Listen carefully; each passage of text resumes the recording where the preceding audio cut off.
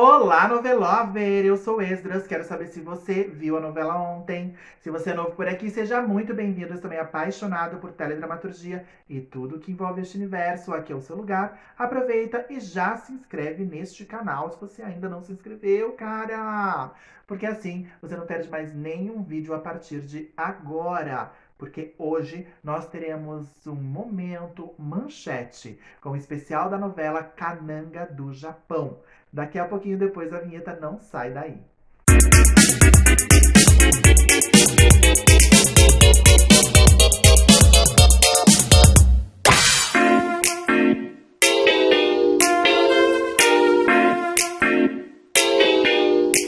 Cananga do Japão foi uma telenovela exibida pela Rede Manchete às 21h30, que estreou no dia 19 de julho de 1989, escrita por Wilson Aguiar Filho, com direção geral de Tezuka Yamazaki e Carlos Magalhães. A novela teve um total de 208 capítulos e neste mês de julho está completando exatos 35 anos de sua estreia. A história se passava na Praça 11, no Rio de Janeiro dos anos 1930, onde localizava-se o Grêmio Recreativo Familiar Cananga do Japão, uma casa noturna famosa por suas rodas de samba, mesas de sinuca e noitadas de gafieira.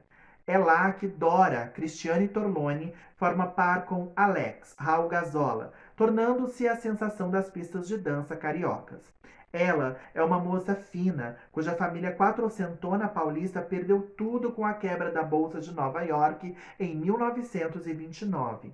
Filha de um fazendeiro de café que se suicidou ao descobrir que faliu, Dora assume as rédeas da família e muda-se para o Rio com a mãe e as duas irmãs. Elas vão morar na Pensão Maravilha, na Praça 11, de propriedade de Epílogo, Rubens Correia, seu tio farmacêutico, uma pessoa mais interesseira do que realmente amiga. Ao trabalhar na chapelaria da Cananga do Japão, Dora entra em contato com o universo de boêmios e dançarinos e se envolve com o malandro Alex, um cafetão, figura conhecida de todos e amado pelas mulheres. Apaixonado, Alex chega a pedi-la em casamento, mas a jovem quer mais da vida. Chegou ao Rio determinada a recuperar o prestígio e a fortuna que desfrutava em São Paulo. Assim, quando surge a chance, o milionário piloto de automóveis Danilo Viana, Giuseppe Oristânio, Dora não deixa escapar. Porém, o que quase todos desconhecem é que o pai de Danilo, o industrial Chico Viana, Carlos Alberto, é também o verdadeiro pai de Alex, que matara sua mãe no passado. Inconformado com a decisão da amada, Alex casa-se com a dançarina Lisette, Elaine Cristina, que sempre fora apaixonada por ele, e todos são infelizes. As coisas se complicam quando a mãe de Danilo, a elegante Letícia, Tônia Carreiro, se apaixona por Alex e este vale-se dessa paixão para dar um golpe na Granfina. Dora, por sua vez, descoberta pelo jornalista maldoso Noronha, Cláudio Marzo, em seus encontros extraconjugais com Alex, sofre uma retaliação pessoal. Ela se vinga matando Noronha a tiros. Dora é absolvida deste crime, mas condenada mais tarde por outro que não cometeu, de ser comunista. Ao final, Dora e Alex ficam juntos e felizes, enquanto estoura a Segunda Guerra Mundial. No Brasil, a data marca a demolição da Cananga do Japão, determinada pela necessidade de alargamento da Avenida Rio Branco. Este, então, é um resuminho de Cananga do Japão, essa novela, né, mais ou menos longa, né, de 208 capítulos, e que contou muitas histórias interessantes, né, de uma parte da nossa história, ali nos anos 1930, 1940, e a gente vai descobrir um pouquinho mais dessas histórias e das curiosidades de bastidores de Cananga do Japão agora. Baseada em uma ideia de Adolfo Bloch e Carlos Heitor Coni, esse era um antigo sonho de Bloch, dono da Rede Manchete, de recriar a famosa casa de gafieira Cananga do Japão, frequentada na década de 1930 por jornalistas, intelectuais, prostitutas, homens do povo e artistas, como Carmen Miranda, Noel Rosa, Pixinguinha, Sinhô e Ari Barroso. A Sociedade Dançante Familiar e Rancho Carnavalesco Cananga do Japão, nome também de uma orquídea e de um perfume usado pelas prostitutas da época, foi criada em 1914 e funcionou até 1929.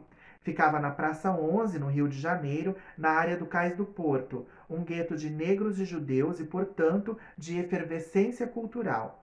Era para lá que se dirigiam os imigrantes italianos e judeus que chegaram ao Rio entre os anos 1910 e 1930.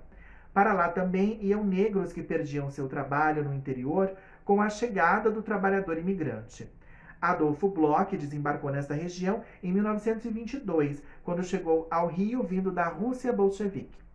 Desta vez, o gigantismo do projeto não se perdeu na telinha. Por trás, havia competência da direção de Tezuka Yamazaki e Carlos Guimarães, além de contar com um elenco perfeitamente escalado. O resultado final foi excelente, principalmente quando se depara que tal aparato aconteceu fora do profissionalismo de produção da TV Globo. A Cananga do Japão da novela foi um pouco diferente da original. Por conta da licença poética, o autor Wilson Aguiar Filho incluiu políticos famosos na sua lista de frequentadores.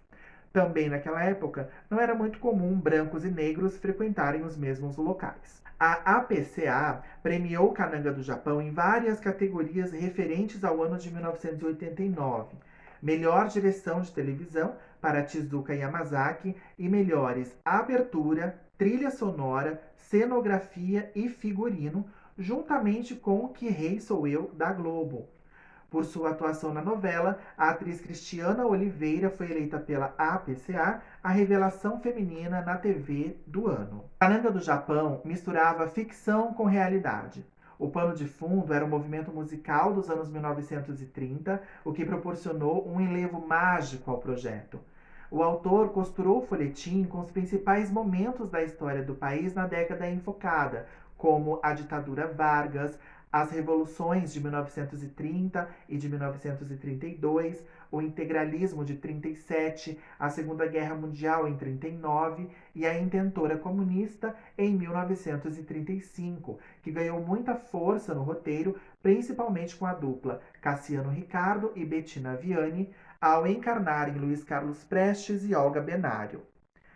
Várias figuras históricas da época apareceram na novela, como o escritor Graciliano Ramos, vivido por Ivan Seta, a psiquiatra Nise da Silveira, feita por Guida Viana, Madame Satã, vivido por Jorge Lafon, o Barão de Tararé, na pele de Marcos Oliveira, e cantores e músicos como Francisco Alves, feito por Kaique Ferreira, Ari Barroso, vivido por Sebastião Lemos, Carmen Miranda, vivida por Estela Miranda, Mário Reis, feito por Fernando Eiras, e Vicente Celestino, vivido por Luiz Carlos Buruca. A trama em que Dora mata a tiros o jornalista Noronha, que insinuou a sua infidelidade conjugal, é baseada na história real do assassinato do desenhista Roberto Rodrigues, irmão do dramaturgo Nelson Rodrigues, em 1929, morto no jornal do pai Mário Rodrigues, que publicara uma caricatura insinuando que a jornalista Silvia Tibal separava-se do marido por um amante. Silvia foi à redação matar Mário, mas contentou-se em fuzilar o filho Roberto. Ela foi absolvida na justiça. O mesmo destino teve Dora na novela. A estreia foi adiada algumas vezes, principalmente pela dificuldade em fechar o elenco. Maitê Proença foi a primeira cogitada para o papel da protagonista Dora. Bruna Lombardi e Vera Fischer estudaram uma proposta da Manchete, mas as negociações não avançaram. Cláudia Raia e Glória Pires recusaram. Quando a direção pensou em lançar uma nova atriz, a estreante Cristiana Oliveira, o papel ganhou finalmente uma intérprete de peso, Cristiane Torlone, enquanto Cristiana Oliveira ficou com outro papel, a jovem judia Hannah. Nuno Leal Maia, Mário Gomes e José de Abreu foram convidados para viver Alex, o par de Dora, mas Raul Gazola, até então pouco conhecido do grande público, ganhou o personagem. Outras escalações que não se concretizaram foram de Norma Bengel para o papel de Letícia Viana, que ficou com Tônia Carreiro, Luma de Oliveira como Silvia, vivida por Júlia Lemertz, e Beatriz Segal como Josefine, que que acabou com Rosa Maria Murtinho. Os atores fizeram um laboratório para compor seus personagens. Cristiane Torlone, Raul Gazola, Elaine Cristina, Nelson Xavier, Ernesto Piccolo, Antônio Pitanga e outros tiveram aulas diárias de tango, machixe, foxtrot, charleston e samba-canção, além de capoeira, sinuca, etiqueta e noções de judaísmo. Personagens de Cristiana Oliveira e Cláudio Marzo morreram na trama antes do fim para que seus intérpretes pudessem iniciar as gravações da novela substituta Pantanal. Elaine Cristina também esteve nas duas novelas. Foi a estreia na TV da atriz Cristiana Oliveira, do ator Cassiano Ricardo e das atrizes e cantoras Via Negromonte e Elisa Lucinda. Daniela Pérez, filha da novelista Glória Pérez, apareceu aqui pela primeira vez na televisão como parceira de dança do personagem de Raul Gazola, com quem veio a se casar pouco tempo depois. Aliás, existe aí um parentesco, né, entre a Daniela Pérez e o autor da novela, na época, né, o Wilson Aguiar Filho. Eles eram primos de segundo grau, porque o autor é primo da autora Glória Pérez e, coincidentemente, hoje ambos são falecidos. Cananga do Japão foi o último trabalho do novelista Wilson Aguiar Filho, que, como eu falei, faleceu em 23 de agosto de 1991, pouco mais de um ano após o término da novela, aos 39 anos, em um acidente de trânsito no Rio de Janeiro. Mesmo depois de escalações confirmadas, a novela sofreu baixas no elenco. Vera Jimenez, Georgia Gomide, Bia Seidel e Rodrigo Santiago foram substituídos, respectivamente, por Tamara Taxman, Yara Lins, Cristiana Oliveira e Rui Rezende. Todos saíram por desavenças com a diretora Tezuka Yamazaki, e Vera Jimenez foi a única que pensou em processá-la. A atriz afirmou, abre aspas, acho que a Tezuka não regula bem. Na véspera de começar a gravar, ela descobriu que não me via no personagem. Ela não tem ética. Fecha aspas. A diretora confirmou que demitiu Vera na véspera do seu primeiro dia de gravação. Tezuka justificou sua atitude drástica, alegando que a atriz foi um erro de escalação. Abre aspas. Quando entrei no projeto, ela já estava escalada para fazer a prostituta Zazá. De repente, saquei que ela não poderia render nesse papel. Não que ela não seja uma boa atriz. Compreendo que ela esteja furiosa. No lugar dela, também estaria. Fecha aspas. Tezuka também teve problemas com Cristiane Torlone. A diretora declarou em entrevista, abre aspas, tenho um estilo mãe de lidar com equipe. Com o ator não me estresso. O ator é igual a um filho e se estressa, em 90% dos casos, é porque está inseguro. A Cristiane Torlone quis colocar outra figurinista em Cananga do Japão. O seu Adolfo me mandou um recado nesse dia. Se quiser, pode tirá-la da novela. Mas eu disse, não posso, ela é a protagonista. Aí dei um gelo nela, comecei a tratá-la sem carinho. Quando você trabalha com um ator que parece criança, tem de agir como tal. Dar castigo, ficar de mal. Fiquei sem falar com a Cristiane durante 1 mês e meio. Até o fim da novela, ela fez brilhantemente o papel e no último dia de gravação dei-lhe um abraço e os parabéns.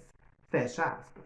Um sofisticado painel carioca da década de 1930 em um projeto ousado e grandioso da TV Manchete, que chegou ao requinte de reconstruir uma réplica perfeita da Praça 11. Assim foi Cananga do Japão em sua cenografia e produção de arte. A cidade cenográfica em Grumari ocupou 5.600 metros quadrados de área construída e ficou pronta em 60 dias, com o empenho de cerca de 500 profissionais. Consumiu 1,5 milhão do orçamento de 5,5 milhões da novela. Ao cenógrafo Rodrigo Cid coube a tarefa de copiar o casario, as lojas, o chafariz, a linha de bonde, o Colégio Instituto Benjamin Constant e a famosa casa noturna Cananga do Japão, existentes na praça daquela época. Entretanto, um cinema e uma sinagoga nunca existiram, foram obra da ficção. 8 das 23 casas eram de verdade, e as restantes de madeira, papelão e armações de ferro.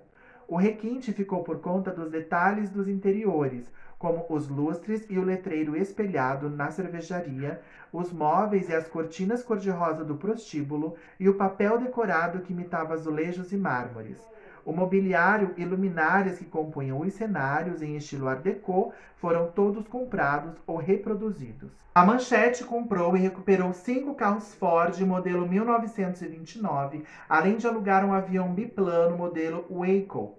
A equipe mergulhou fundo em material fotográfico e documentos vindos do Museu da Imagem e do Som, Arquivo Nacional e Biblioteca Nacional, além de livros da época. Na época, a TV Manchete assinou um convênio com a Fundação do Cinema Brasileiro, que cedeu cenas de filmes com imagens do Rio Antigo entre 1930 e 1939, que foram usadas como pano de fundo para cenas da novela.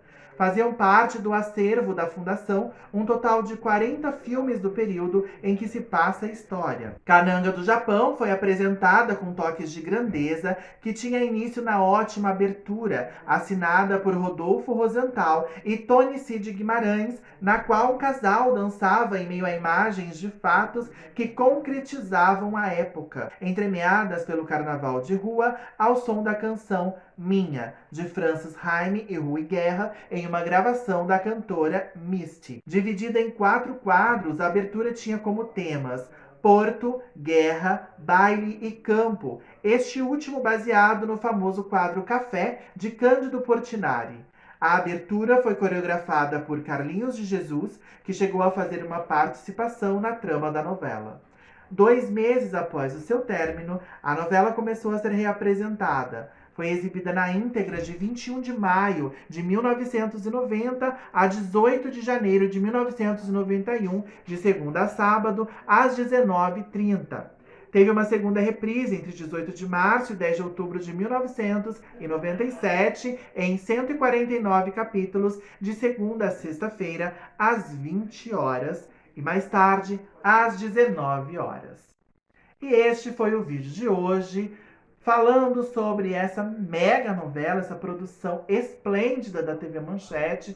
Eu acho que foi ali, né, que a Manchete foi alçada a uma das melhores teledramaturgias do Brasil, fora da Rede Globo, e com certeza nos deu muita alegria e muitos presentes teledramatúrgicos. Se você gostou desse vídeo, então já sabe, comenta, compartilha, deixa seu like, se inscreve no canal se ainda não for inscrito, me segue lá no Instagram, na página Você Viu a Novela Ontem, e a gente se vê no próximo vídeo. Um beijo, tchau!